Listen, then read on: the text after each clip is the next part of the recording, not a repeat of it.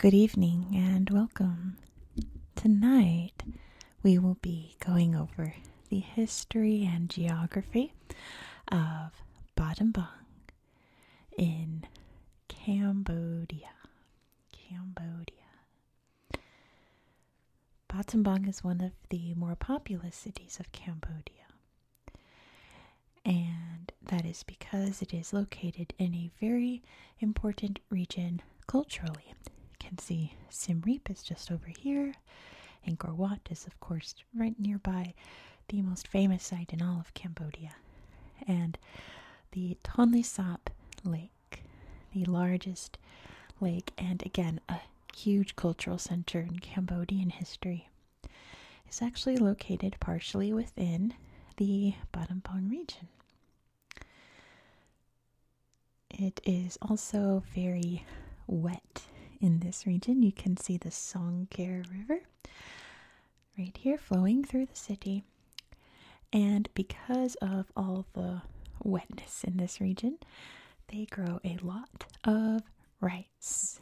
In fact, they call this region the rice bowl of Cambodia. You know how some countries will say, oh, it's the breadbasket of blank. This is the rice bowl of Cambodia, which I like. I actually read one source that said that the Battambang region produces enough rice to feed the entirety of the country of Cambodia, which I'm not. Is that true? I don't know. That's a lot of rice. But it is a very thriving region here. Like I said, very wet, perfect for growing lots and lots of rice. There's also a large dam, which is not on my map here, that we're going to mention in history, called the Kamping Pui Dam. We'll look at it on Google Earth. It's very beautiful. It's full of lotus flowers, but it has a very sad history associated with it. If you know about Cambodian history, you probably know what I'm alluding to. The other feature that I have to mention, which again we'll look at in Google Earth, and just because it's mentioned in every source that I read about Battambang, is the bamboo train, which is a my R's and W's are so hard to say together. A railway that goes through the region, that was built in the early 1900s. And we'll take a look at it on Google Earth. I just felt I should mention it because every source I read mentioned the bamboo train. And it's really quaint. I can't wait to show you. It's going to be a fun Google Earth segment. But let's go through the history of this area first. There's actually very ancient history here. There is a cave that has evidence of humans living there about 60,000 years ago. And yes, you read that right. 60,000. And I was like, that can't be right. So I tried to find another source, and I read one that said 73,000, which is even older. So humans have been living here for a very, very long time. There's an ancient culture here in Southeast Asia known as the Hua Bin culture that also has evidence of living here. I think they're mainly found in Thailand, but it's literally neighbors. You can see the Thailand border right here.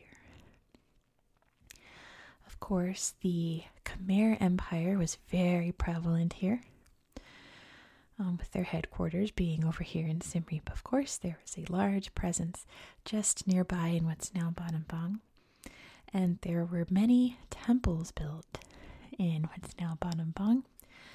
The two most famous that I found was, and I'm probably going to mispronounce them, Ek Penom and Prasat Banan, which we'll take a look at on Google Earth, at least what's left of them. They were built in the 11th century before Angkor Wat. There's a lot of similarities to these temples, to Angkor Wat. I think the first one I mentioned, Ek Penom, was built by Suvarnabhumi the first, and Angkor Wat was built by Suvarnabhumi the second. So, same dynasty, same empire, same age, but different rulers built these temple complexes. And what I think is that what we can tell from these temples that still exists, it looks like those were practice Angkor Wats to me. It looks like every time they built a huge grand temple, they were like, what if we made it bigger? And then what if we made it bigger? And then you get Angkor Wat, the largest religious structure in the world. Jumping ahead a bit in history to the actual foundation of this region, Battambang was established in the 18th century as a trading post between Cambodia and what was then known as Siam. We call it Thailand today. They changed their name from Siam to Thailand, but then was known as Siam. And Siam would actually take over this region in, let me see, I wrote down the year, 1794. They annexed this region, and would much later, in 1907, would cede it to France. And France would make it part of the French Indochina colony. And you can still see lots of French-style architecture in Battambang today from that era. Belonged to France for a while. There was a brief moment in World War I. Starting in 1941, this region was captured by Thailand, which was controlled by Imperial Japan, so technically controlled by Japan, but later Thailand until 1946, when they handed it back over to free and independent Cambodia. And you'd think that would be the happy end to the story, but as we know, Cambodia went through a very dark, horrifying period under the reign of Pol Pot and the Khmer Rouge. And like always, this is not a relaxing topic. This is not a YouTube safe topic. So I'm going to briefly mention things in YouTube friendly words. I'm not diminishing it in any way. I'm not making light of it in any way. I'm just trying to keep you relaxed and keep me monetized, to be honest. Essentially, the Khmer Rouge, led by Pol Pot, decided to bring Cambodia, which they renamed to Kampuchea, to year zero, they called it. They eliminated anything modern, and I mean anything. And by modern, I mean they literally went back to year zero.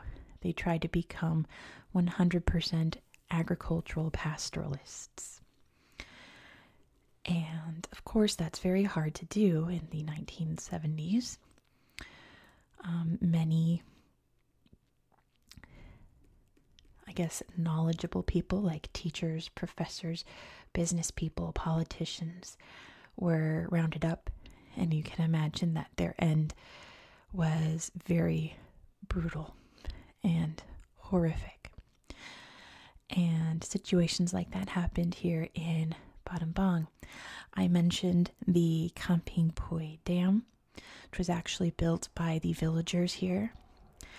And they call it the Killing Dam because tens of thousands of people lost their lives building this dam in order to ensure better rice harvests, essentially, to make the region more wet than it already was. And was it necessary?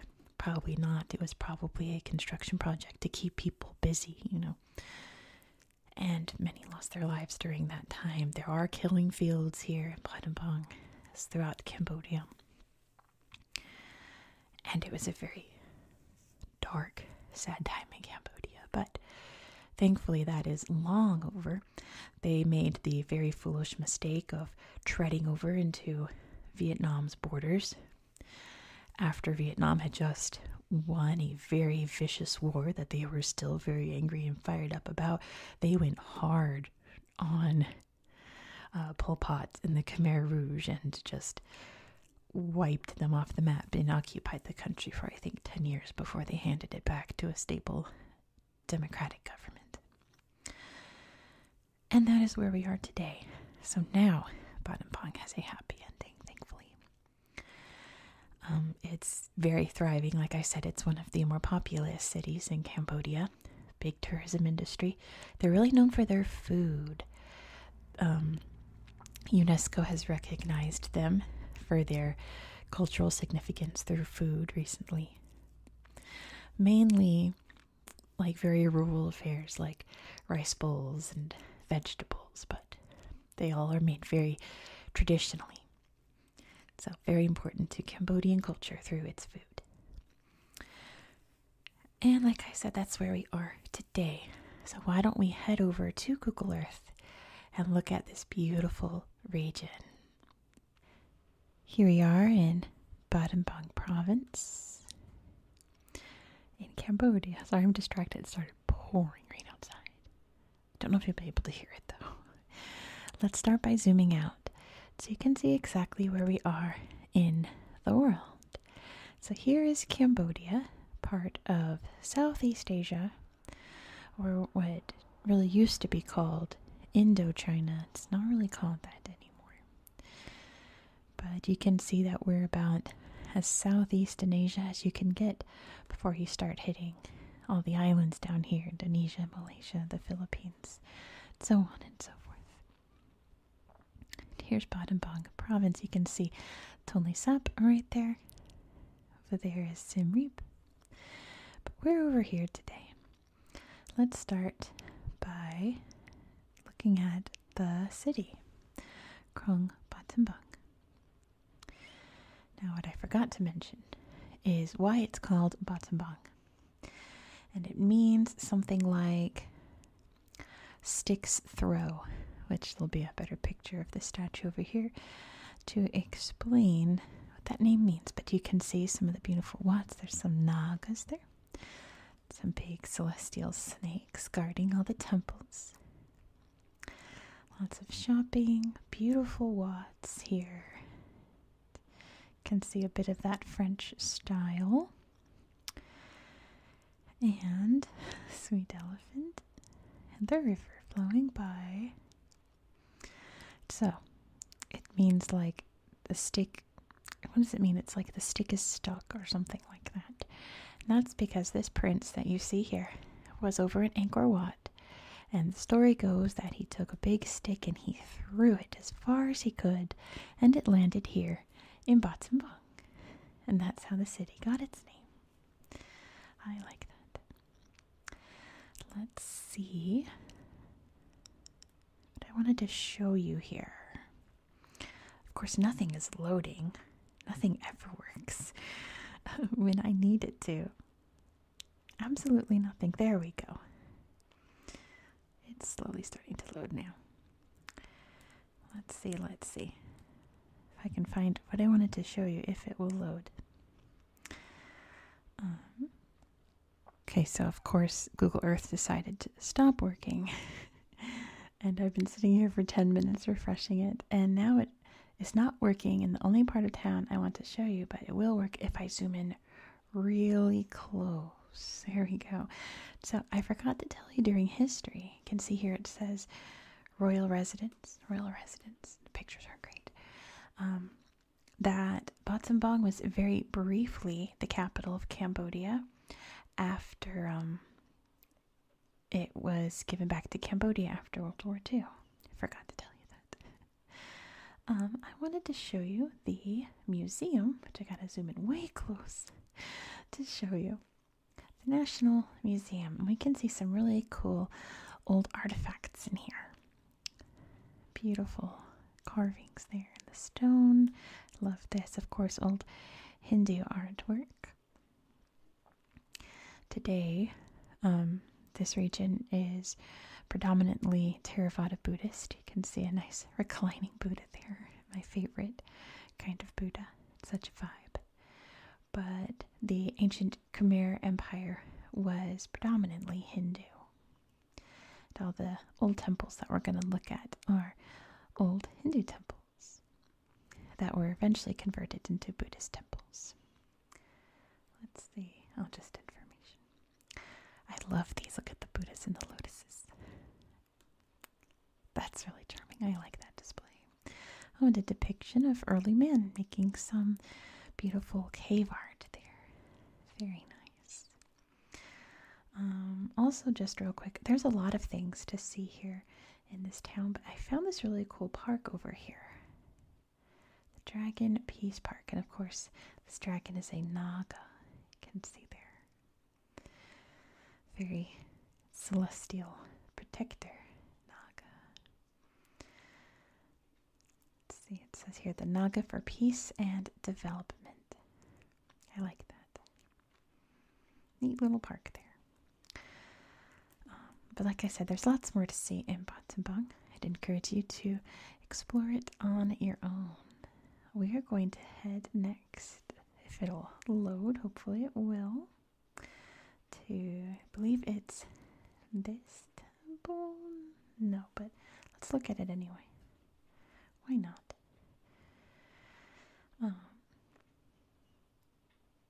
Nice little temple. Oh, what a kind little monk there. Let's see. I want to show you.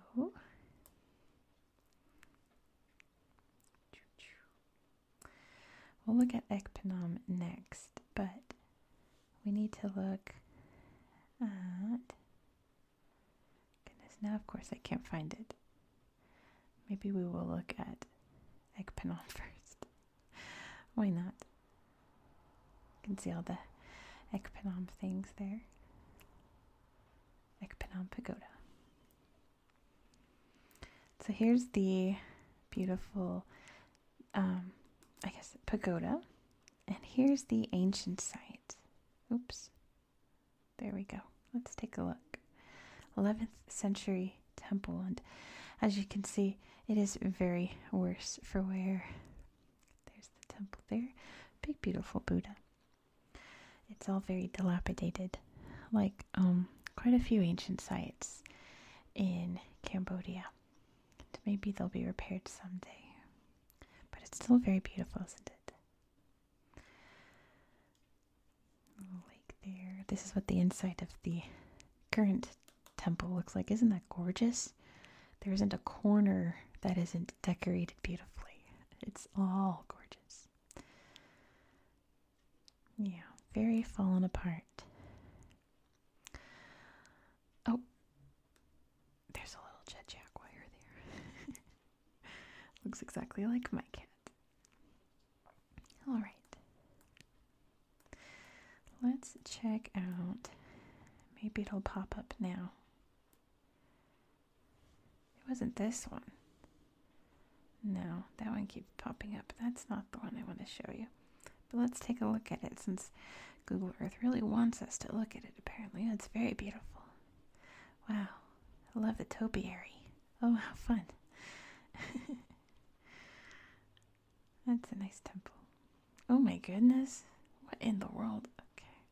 Another one of those strange hell gardens. See a lot of those in like Thailand. I suppose we're close enough, aren't we? Of course, Google Earth has stopped working. I hope this is relaxing for you. It makes me want to tear my hair out whenever Google Earth stops working. Whenever I am filming. Like, come on. It always works just fine when I'm not filming. See, it's right there. It wasn't popping up. Okay, so this is another beautiful Wat here, but this one has a very sad and dark history. And there's my brother-in-law sneezing. I'm going to show you right here. You can see what it says. I'm not going to say it out loud for monetization and relaxation purposes, but this temple was taken over by the Khmer Rouge and used for some really horrific atrocities. Let's see. There's paintings here on the walls that showed what happened in this room once upon a time. Just extreme human tragedy and extreme loss of life. This is a statue showing how some of those people would lose their lives very graphically. Look at this. And yeah, something that we won't get into. I'll show you the memorial that's nearby, but I will warn you that there are actual human bones inside of it. So if that does bother you, I would encourage you, for your own well-being, to look away or darken your screen. Let's see. There's a plaque here. I think there's a picture here of it that I want to read to you. If it's in this slideshow, I think it is. But yeah, look at all these engravings of about the nearby killing fields. And I don't know if you can see in there. Very dark chapter in Cambodia's history. Oh my gosh. And of course he's there posing. Maybe it's not in this slideshow, but there you can see in there some of the remains that they found nearby. Here it is. The Well of Shadows. It says in May 1976, the Khmer Rouge seized the Buddhist temple surrounding I'm reading it wrong. Seized the Buddhist temple Wat Samrong, turning it into a prison and the surrounding area into a killing field where 10,008 people were put to death. The prison warden, and then they name all the people. And it says administration cannibalism was introduced. Poisonous snakes were used to terrify and kill their prisoners. Gosh. Oh, that's pretty. A little photoshopped image there. That wasn't the one I wanted to read, but it's close enough. But yeah, this was a killing field, essentially. There's another little museum there, but the pictures there aren't that great. And the whole thing is just very depressing. Alright, you can look now. It's safe. But speaking of, over here is that reservoir I told you about. This dammed up area here. Which is beautiful today, of course, but has that very tragic history associated with it. I think you might be able to hear the rain outside. That's so soothing to me. What I really want to show you, oh, you know what? I have to show you the bamboo train. Here it is.